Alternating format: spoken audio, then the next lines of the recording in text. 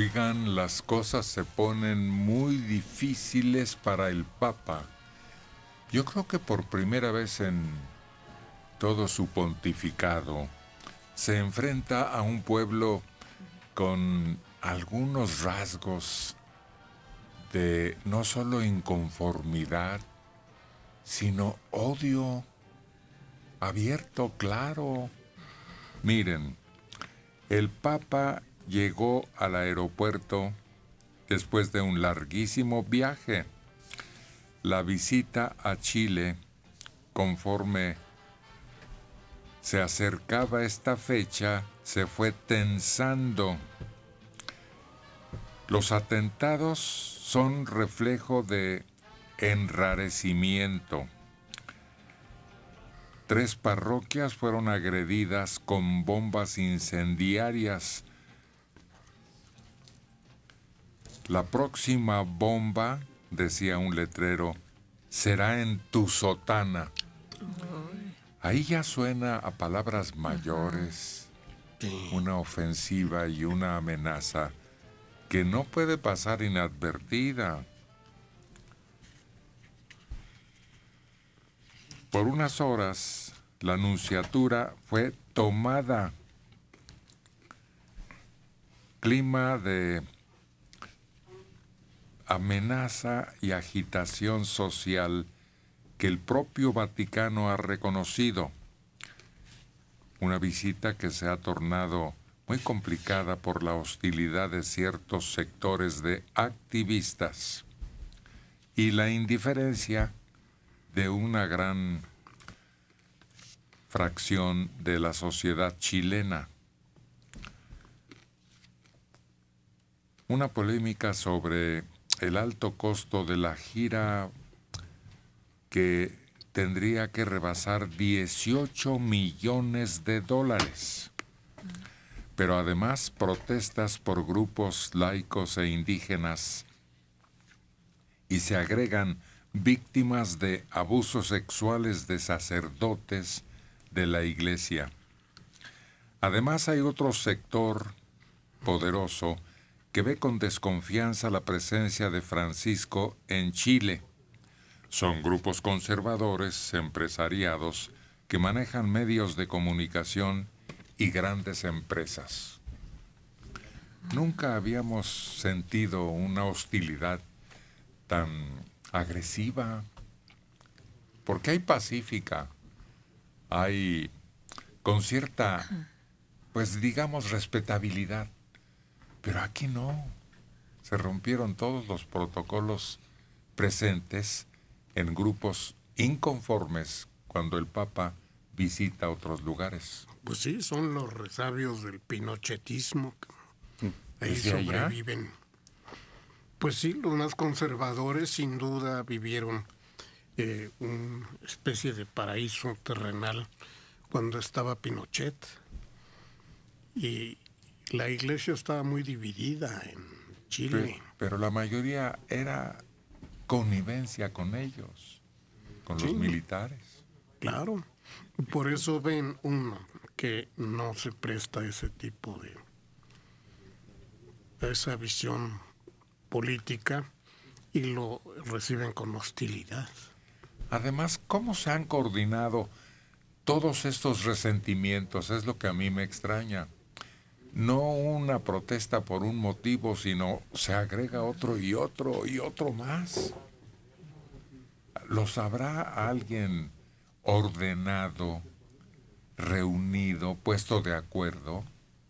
Fíjate que pensaba cuando el Papa visitó uno de los países, creo que fue de un país de África, en donde pues sabemos que están los musulmanes, y sabíamos que ahí corría mucho trabajo y ni siquiera en ese sitio, cuando le tocó visitar uno de estos países, se sintieron las protestas o las manifestaciones que estamos viendo ahorita en Chile. O sea, sabíamos que corría un gran riesgo y que seguramente subieron todo lo que era la seguridad de su equipo, el que lo protege. Pero lo que se está viendo aquí es muy distinto, y más en un país del continente americano, en donde se supone que la mayoría, no todos, porque sabemos que hay muchas creencias, pero en una gran mayoría son católicos.